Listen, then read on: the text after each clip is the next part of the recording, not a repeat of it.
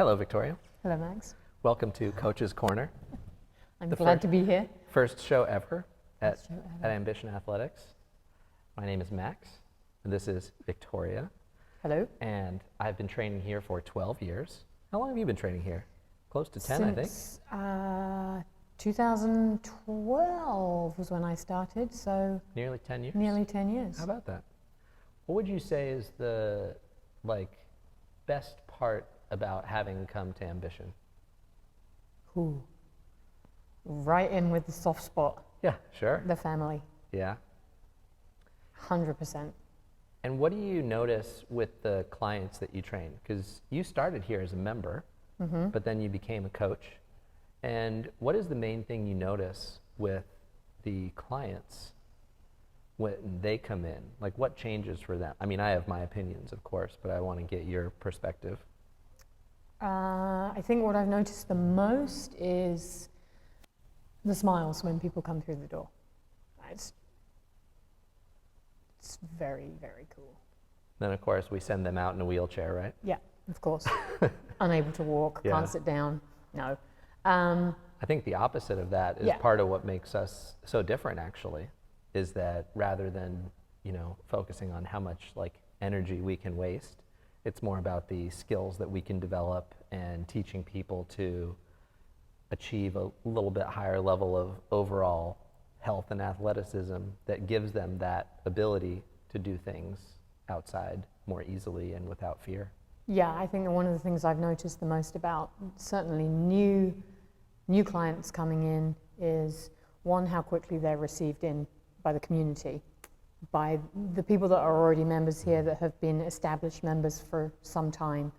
Those people are quickly welcomed into the fold, and the immediate difference in their ability to move better within a couple of classes. That's incredibly rewarding. Well, it's kind of surprising, isn't it, how just a very small dosage of some anti-chair movements, pretty much, right? I mean, part of what we do here is we want people to be able to surf and play tennis and do all these things, but Yeah. in a lot of cases, the average person just doesn't live that healthy in terms of a movement perspective. And I think people are really surprised at how just a tiny bit of a tiny bit of the opposite of sitting down for a long time can just unlock things that people didn't even really know they were missing. It's like you don't know what you're missing until you try to move that way. Yeah, and I think people don't even realize that they can move that way. And then we bring them in here and we introduce all these new movements to them, and they're like, I didn't even know I could move like this. And then they can, and it just crosses over into everything that they're doing outside of the gym. All the things that they are doing for play, it enhances that for them. It definitely enhanced it for me. And then the other thing is, I'm not a woman, but what I've noticed is that, I guess that should be pretty obvious. I mean, that's part of the reason I wanted to chat with you, of course, because you are. Was the last time I checked. This sounds so silly now, doesn't it? Obviously, I'm not a man. Yeah.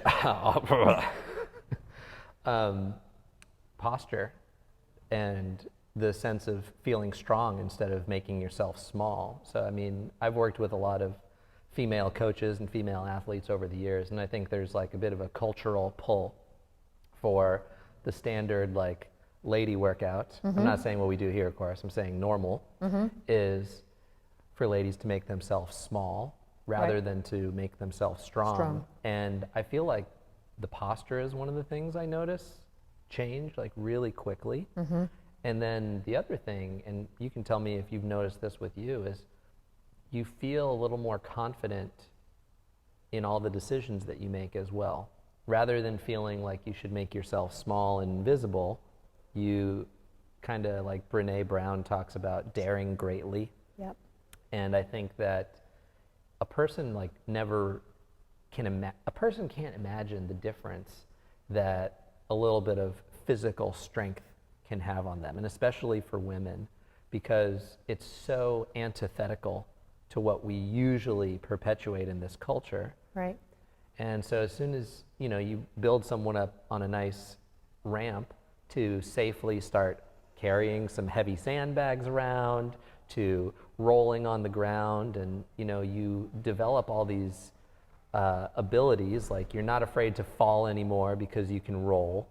You're not afraid to carry something heavy because you're so comfortable with it now. Yep. And I feel like that just has an effect into every decision that a person makes as well. You kind of feel a little bit more bold. Would you say that's true? I'd say that's true. I would think that for myself personally, and I can really only speak for myself, but from a coach's perspective, seeing female clients come in and women have no idea how physically strong they can be. And we either have via our own volition put ourselves in these boxes, or society has put us in boxes that tell us you can't be strong, you can't be loud, you can't take up space. And training here has made me realize that I can do. Don't make me cry today. Don't make me cry. I might make you cry today. That'd be all right. That you can do all of those things and still be feminine, still be beautiful, and have that not take anything away from your essence as a woman. Lifting weights does not make you big. Yeah. And I still get that. I still get people saying to me, oh, well, if I touch a kettlebell, I'm going to get all muscly. Right.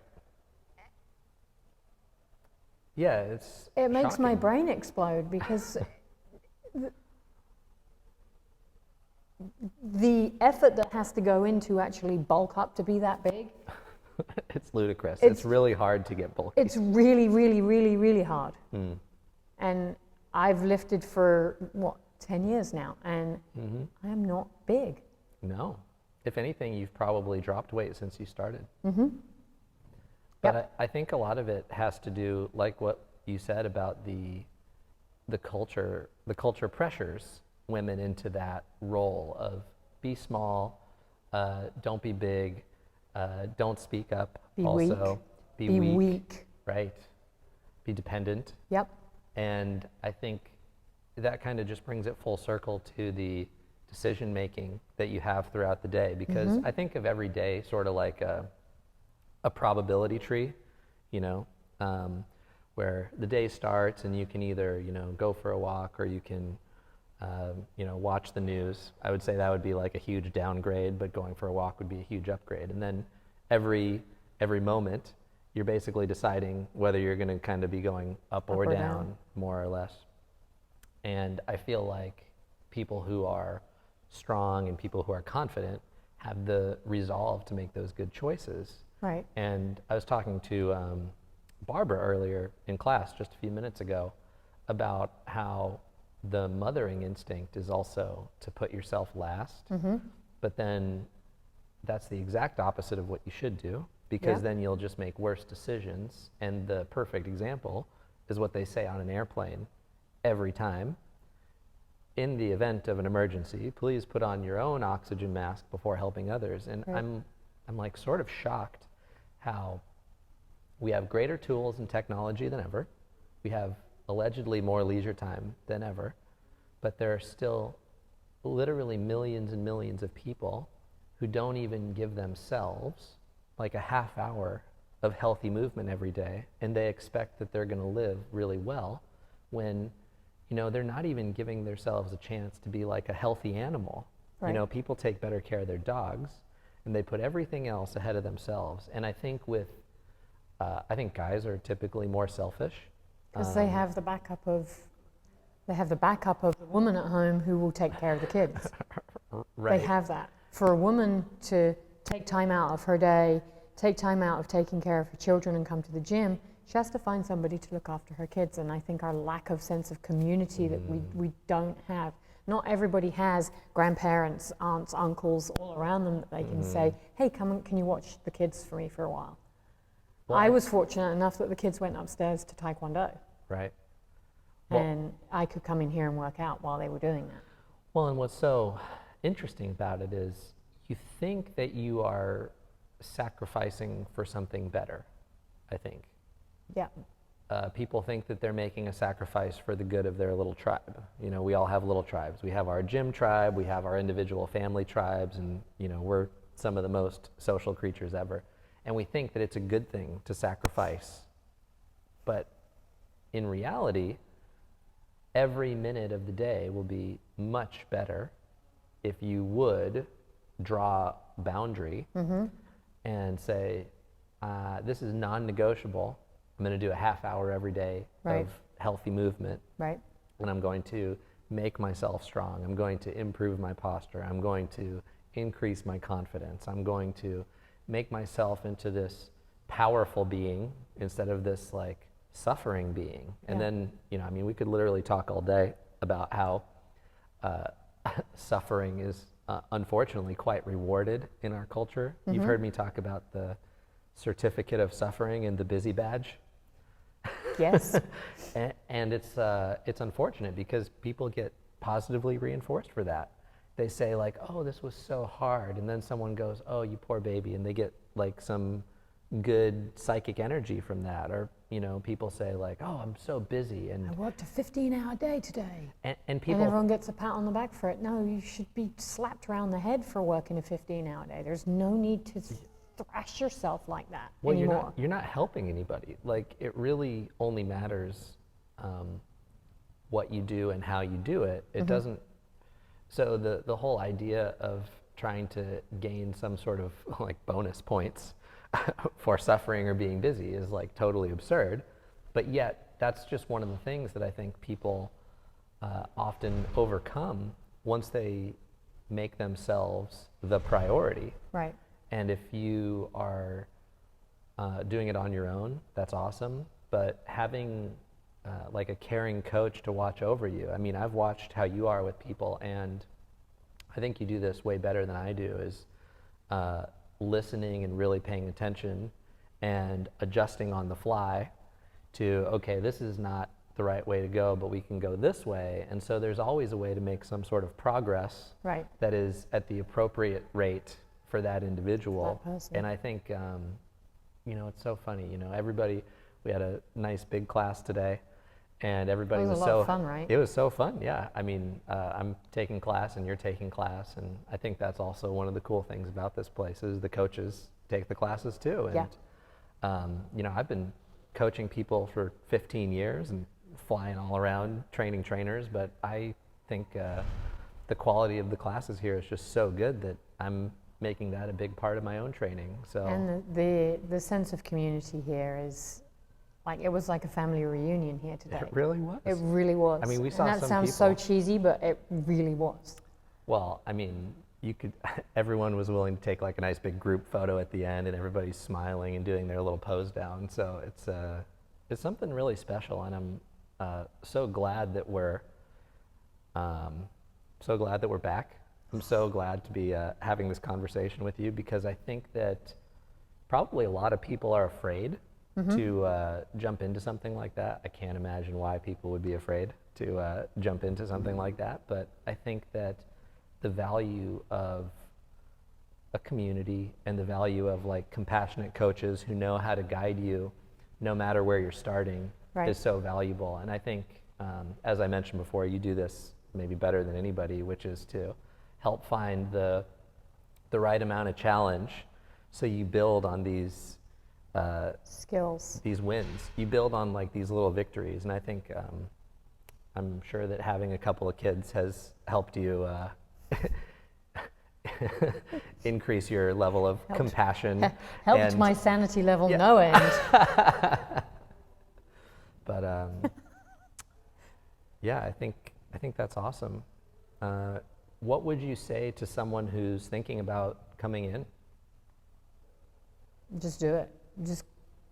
Just come through the door. Just come and meet everybody. Come and meet the coaches. Come and meet the other members.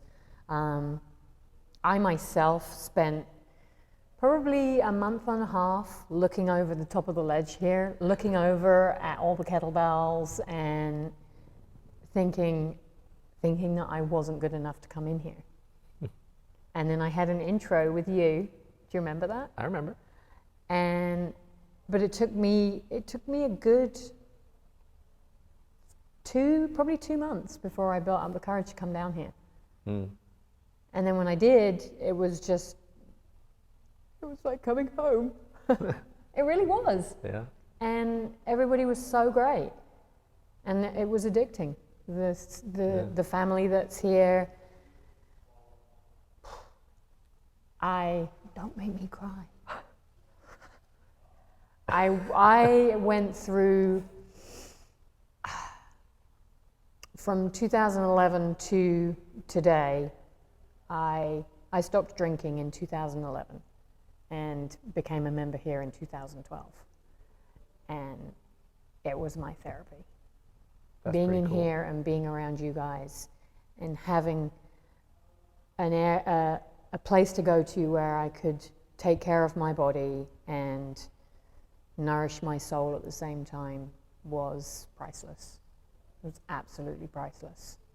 Yeah, it's nice to have that support. I think that's one of the biggest challenges when people try to make a change in their life is a lot of times the community that they have is the opposite of what they need. So just having people who are examples, and I love how the members will like send each other messages and call each other, hey, are you going to class? Yeah. And you know, there needs to be a catalyst for any action. There needs to be some sort of like fire that makes you go like, yes, I'm going to do that. And I think that the fact that everybody supports each other and we are that catalyst for each other, and you reach out and say, hey, are you coming to class today? Hey, let's go do a thing at the beach, or hey, let's go out and have dinner like we did. And I think, gosh, maybe you're going to make me cry. That's hilarious. It's really powerful stuff. I mean, I would just echo what you said. I mean, anybody who's thinking about coming in, it's not scary. No. And we're not scary. I mean, I'm a little scary. I'm not. Don't you think? People say I am scary. I'm not. See, that's the funny thing. As a guy, you want to be a little bit scary, but I actually think I'm sort of the opposite now. I'm not scary at all. No, you're not. I've heard people say they think I was snooty. No. You're scary when you're lifting weights because you're very strong. That part makes sense. You're a monster. Yeah. So any gentlemen out there who want to be emasculated, just start lifting weights next to you. And any ladies who want to come in for some training, come talk to you and you will lead them down the path. Yep. That's what's fun though, is being in here and being with other strong women and lifting with them, and the healthy competition and camaraderie that is created. It isn't I'm better than you, you're better than me. It's let's get better together. Yeah, I like that. Better every day. Better every day. That's right. Well, thank you so much, Victoria. You're welcome. This actually worked out way better than I even imagined. Really? Thank you for saving this. And thank you, whoever you are, for watching, and I hope you... Sorry, I just had to add in some ball swirls. I went the whole thing without doing any, so I just had to add some in. Well, I hope whoever's watching this decides to make themselves the priority. Yep. Every day. I mean, it's simple as that, isn't it? Yep, absolutely. Thank you so much, Victoria. Love you. Yeah, That was pretty nice, huh? That was lovely.